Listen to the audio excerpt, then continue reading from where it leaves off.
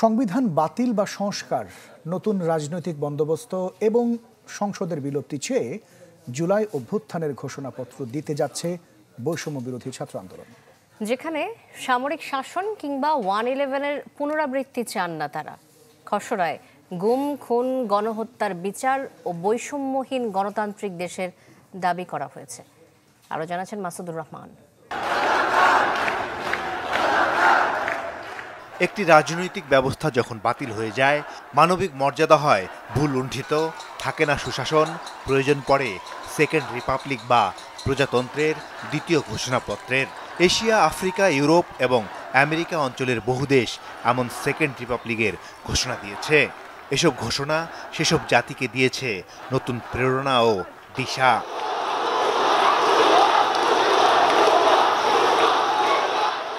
জুলাই আগস্টের অভূতপূর্ব জাগরণে নেতৃত্ব দেয়া সংগঠন বৈষম্য বিরোধী ছাত্র আন্দোলন সিদ্ধান্ত নিয়েছে জুলাই অভ্যুত্থানকে লিখিত ঘোষণার মাধ্যমে স্বীকৃতি দেয়ার।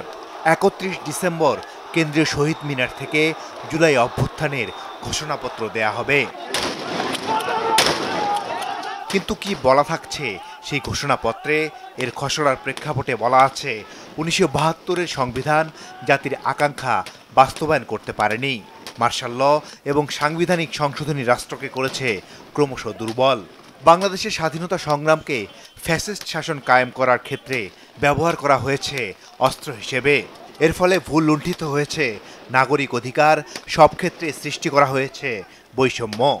এসবের প্রতিবাদে জুলাইতে ছাত্র জনতার বিক্ষুব্ধ হওয়া 9 দফা দাবি, ফ্যাসিস্ট আইনশৃঙ্খলা বাহিনীর নির্বিচার দমন, সহস্রাধিক প্রাণহানি, অসহযোগ আন্দোলন, সম্মিলিত ঐক্য, এসব ঘটনাক্রমের সারসংক্ষেপের উল্লেখ করে স্বাধীন সার্বভৌম জনগণ হিসেবে ঘোষণা দেয়া হয়েছে খসড়ায়।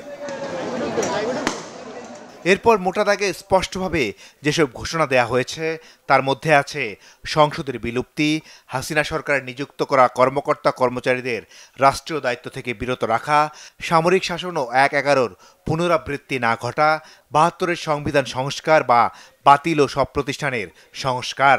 নতুন রাজনৈতিক বন্দোবস্ত দাবির বিষয়টি উল্লেখ আছে ঘোষণাপত্রে। এছাড়াও গুম, খুন এবং গণহত্যার সুবিচার, পাচার হওয়া অর্থ উদ্ধার এবং পাচারকারীদের শাস্তি ও বৈষম্যহীন গণতান্ত্রিক সর্বজনতন্ত্র দেশ হিসেবে বিকাশের দাবি করা হয়েছে ঘোষণাপত্রে। তারা চান রিফর্ম অথবা সংবিধান বা 72-এর সংবিধান বাতিল, সংস্কার অথবা বাতিল চান, যা নাকি ফ্যাসিজমের মাধ্যমে এই দেশে মানুষের জীবন মানকে অতিষ্ঠ করে তুলেছে। এবং তারা আরেকটা কথা বলছেন যে justice and fair trials of enforced disappearance, extra judicial killing এবং জুলাই ম্যাসাকার, এই সবগুলোর প্রপার ট্রায়াল চান তারা। এই ধরনের ঘোষণার জন্য হাসিনা পরবর্তী বাংলাদেশের রাজনৈতিক শক্তি এবং ছাত্র জনতা, আপামর জনগণের মধ্যে যে একটা ঐক্য গড়ে উঠেছে, ফ্যাসিবাদ বিরোধী যে ঐক্য, এই ঐক্যটা যেন বিনষ্ট করে এমন কোনো কার্যক্রম কারো গ্রহণ করা উচিত হবে না। এই ঘোষণাপত্র গেল 5 আগস্ট 2024 থেকে কার্যকর হিসেবে ধরা হবে। মাসুদুর রহমান, চ্যানেল 24, ঢাকা।